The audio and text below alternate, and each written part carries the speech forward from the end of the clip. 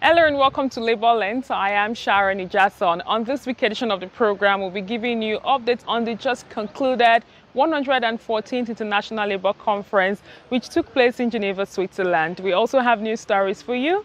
We will be right back.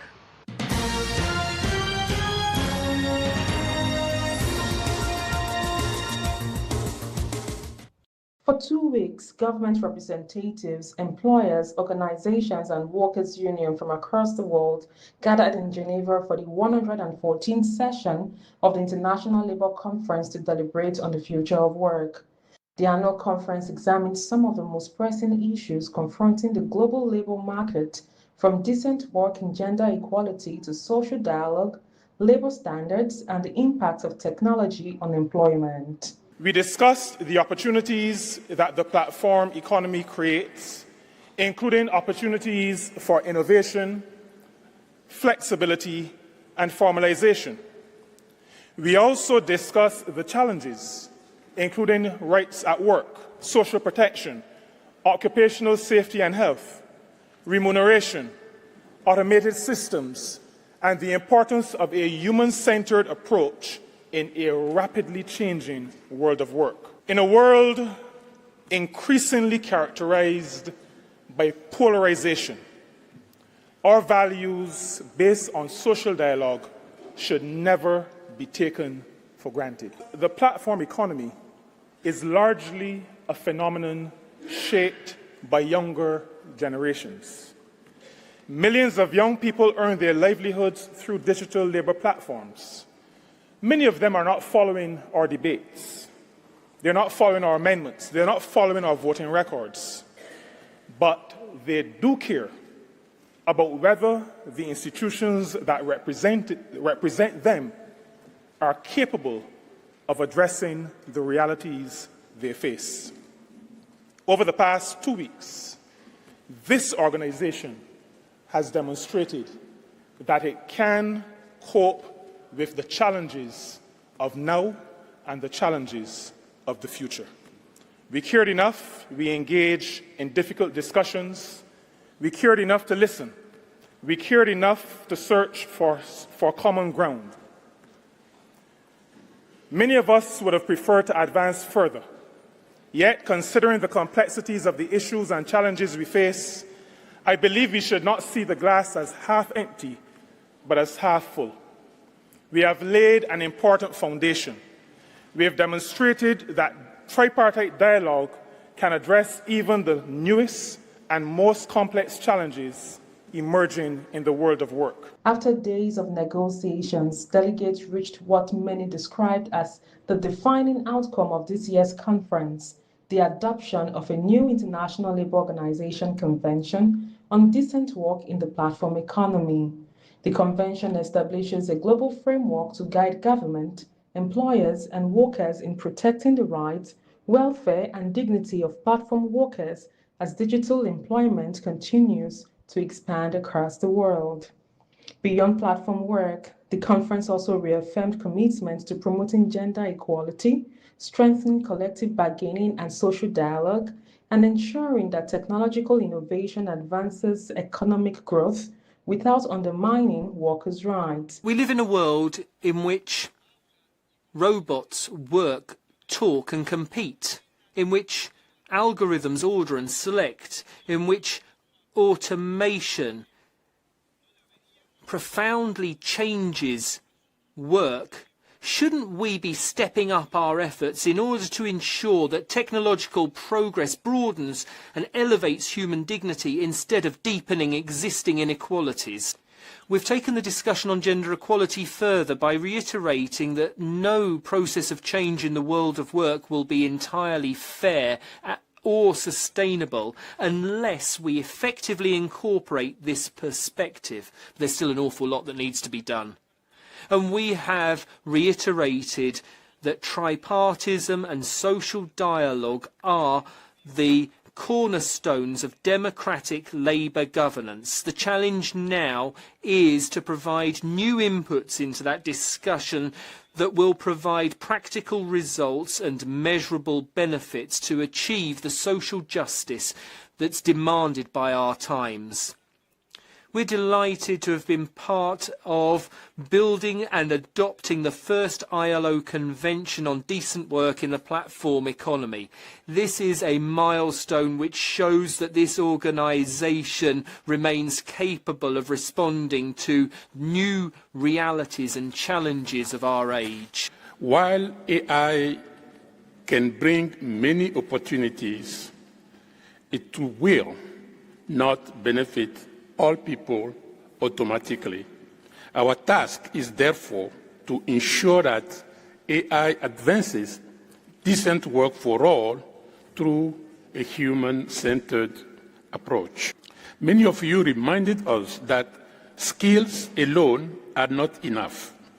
Workers need to be able to bargain collectively to receive fair wages, to be protected from discrimination and the adverse impact of decisions generated by automated systems. Enterprises need an enabling environment that supports innovation, competitiveness, and sustainable growth. We must better anchor AI for decent work in broader economic, industrial, and social policies. We must focus on how AI can support inclusive growth, sustainable enterprises, just transition, and ultimately decent job for all. And we need to debate how AI is regulated in the workplace and ensure that workers and employers' organizations are actively involved through social dialogue. With the focus on the platform economy, the ILO now has the first convention that focuses on the impact of digitalization in the world of work. The Committee on the Application of Standards successfully concluded its work, adopting conclusions by consensus on all but one country case. The high-level event marking the committee's centenary was both inspiring and forward-looking. It highlighted the committee's lasting contribution to advancing decent work, social justice, and the effective application of international labor standards. Above all, it reaffirmed the unique value of tripartite dialogue as a cornerstone of the rule of law and social progress. Gender equality is both a social justice imperative and an economic necessity.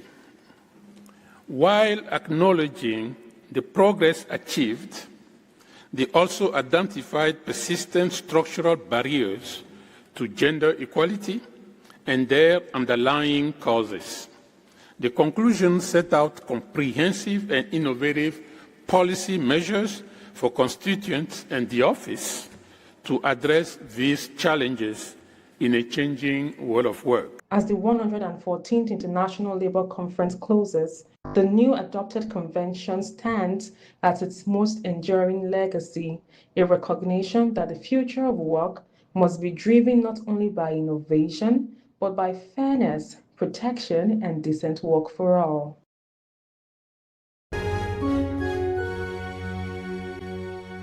On the profile interview segments this week, I'll be speaking with the Director General of the Nigeria Employers Consultative Association. It tells me it's of utmost importance for the tripartites to have a better understanding on the international court judgment on the right of workers to embark on industrial action. It's good to have you on the program. Thank you for having us once again. It's the 114th International Labour Organization Conference. How would you summarize the events that have actually been happening here at the conference, especially from the employer's perspective? Well, thank you once again. Second week, very intensive, very engaging, and as usual, very enlightening. I think for us, the key issues remains the platform economy, the decent work in the platform economy, social dialogue and tripartism, which is also very fundamental to the reason why we are here. The gender conversation is also a very important conversation to us. And then the always engaging conversation in cars had always been very, very engaging. So for us, it has been time well spent, and we look forward to implementation when we get to our different countries. Talking about implementation and the platform economy, what are the lessons learned? We have a scenario whereby those employers from the platform economy are not situated in localities. They are situated in probably developed climes and they operate in silos. And yet we have a teeming number of workers that probably need answers to questions in terms of their welfare. So what collaborative effort is being made to ensure that there is harmony and there's a space or opportunity for proper redress? But one of the beautiful things that is happening at the Platform Economic Committee is the discussion on the convention itself. And all those factors you mentioned, the definition of where exactly is a worker, where exactly is an independent contractor, what are platforms themselves, what are the legal frameworks that will be needed to guide operators in that platform, and the legal certainties that are required, the cross-national context of this conversation. And those are part of the key issues that has been discussed at the committee meeting. And because we started last year, the intensity of last year has not dropped this year. The committee is still as engaged, and the conversation is still as intense as it was last year. So all those issues. Do you think you'll be able to agree this year? Because last year there was no agreement. Do you foresee a possibility of coming up with agreements so that implementation can be quick? Because the world of work is moving very fast, especially in the digital space. I must confess to you, it has not been easy. But both teams, the workers and employers, have also demonstrated a high level of capacity to achieve consensus. And the chairman is doing quite a lot.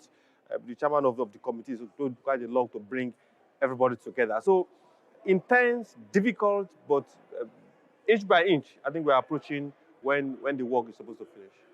Okay, moving forward, gender equality is also a center of discussion here at the conference. Would you say, as a representative of the organized private sector in Nigeria, would you say that there's gender balance in the world of work?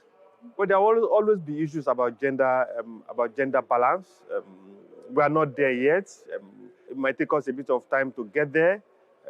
And we appreciate the work of the ILO in bringing this context to the fore in the context of gender.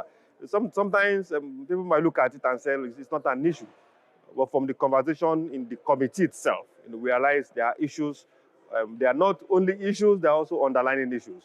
But I believe the conclusions by the committee to also give us better understanding and give us direction to all move towards in resolving all those issues that we have. Recently, the International Court of Justice made it specific that an average worker has the right to strike. Why is NECA concerned about this development?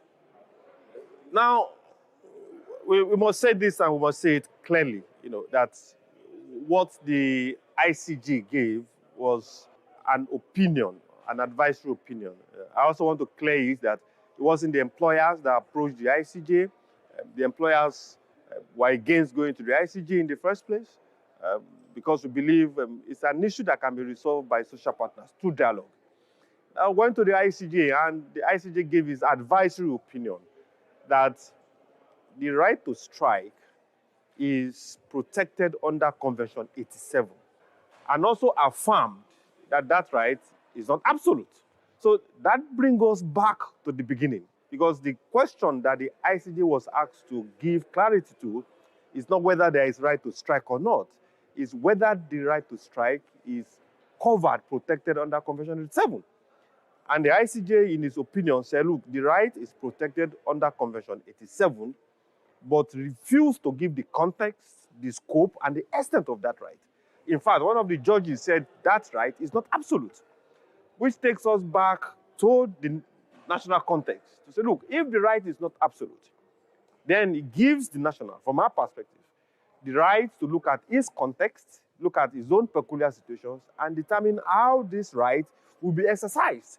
And that is our position. That look, that right is existence, but that right is not absolute. And for us in The Nigeria, organized labor has interpreted this particular ruling or advisory, I wouldn't say opinion, so it would be like I'm taking a side. They've interpreted it as they have the right to go on strike as enshrined by the Nigerian constitution. And some other countries also feel the same. However, over time, we've seen a situation where the government has actually abused workers by saying no work, no pay. And with this development, it's assumed that that is criminal if any private employer or government as an employer actually implements this development. So how would you react to this? now, for all conventions, when you have a convention, a country is supposed to domesticate the conventions because those conventions are not laws on their own. A country has to domesticate those conventions.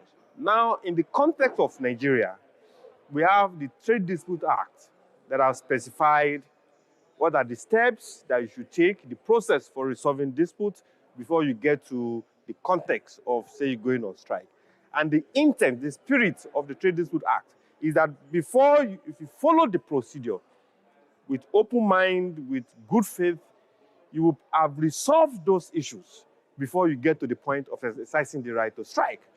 So if you have not exercised those provisions, if you have not gone through the process of applying the provisions of the law, and you jump from part A to the extreme part of going to strike, then you have also breached that provision. So do you believe that the framework for industrial relations in Nigeria is perfect? It's not perfect. It's never perfect because as the world of work continues to evolve, those frameworks, you need to continuously update those frameworks. And if you check our position clearly, we urge, and that's part of the penultimate paragraph in our letter to the ministry, that we urge that the social partners will come together and continuously look for pragmatic ways to resolve those issues. Because on the long run for us, look, without sustainable enterprises, we won't be talking about decent work. Without sustainable enterprises, we won't be talking about work itself. So those are the contexts. It's so diverse. The 14 judges in the ICJ that gave their advisory opinion, we still insist, it's an advisory opinion. It's not a legal opinion. It's not a quasi-legal opinion. It's an advisory opinion, and that's what the governing body sought from the ICJ. When he gave this, 14 judges, 10 judges. Would you say that opinion reaffirms what the law states? To a large extent, it reaffirms what the law says, that the right to strike exists, but it's not absolute. It must be exercised within a context. And that context, we see affirm, has to do with the country context. From the employer's perspective, generally, would you say that what line should be drawn between a worker's right and also the workers not sabotaging efforts of a developing economy? It's direct, and sometimes, we try to throw logic out of the window when it comes to the issue of workplace. There are rights, and also there are responsibilities, and also there are obligations. So in the exercise of those rights, or in the claiming, in the appropriation of those rights, you must also be conscious of your responsibilities. So, and in the exercise of those rights also, you must also be conscious of the consequences of not appropriating those rights correctly. So if the employer understands the right of the worker and also understands the responsibility that is placed on him or her to protect first the business and protect the right of the workers, then the employer will not go to the extent of sabotaging the right of the workers. Same thing for the worker. If the worker understands his rights and understands the responsibility and the context in which he must exercise those rights, then there will be no reason to blur those lines. But the moment the worker or the employer decides to throw the law out of the window, then we start having crisis. But we are an absolute advocate of responsible business conduct, of responsible enterprises, and businesses working within the context of ethics. And we expect our counterparts in organized labor to also do the same. Moving forward, would you say what is the employer saying as regards collective bargaining agreement in the world of work? During the conference, Nigeria actually had to appear at the Standard Applications Committee to actually express themselves on some of the challenges they feel that they are aggrieved about. But generally, in context, what is the conversation as regards having a robust collective bargaining agreement? You know, collective bargaining is covered by a core convention, Convention 7 also, and we are absolutely down with the fact that all parties must respect it. We must expect collective bargaining agreement. And suffice to say also, the case at CAS against Nigeria was a case by organized labor against the government, not against the employers.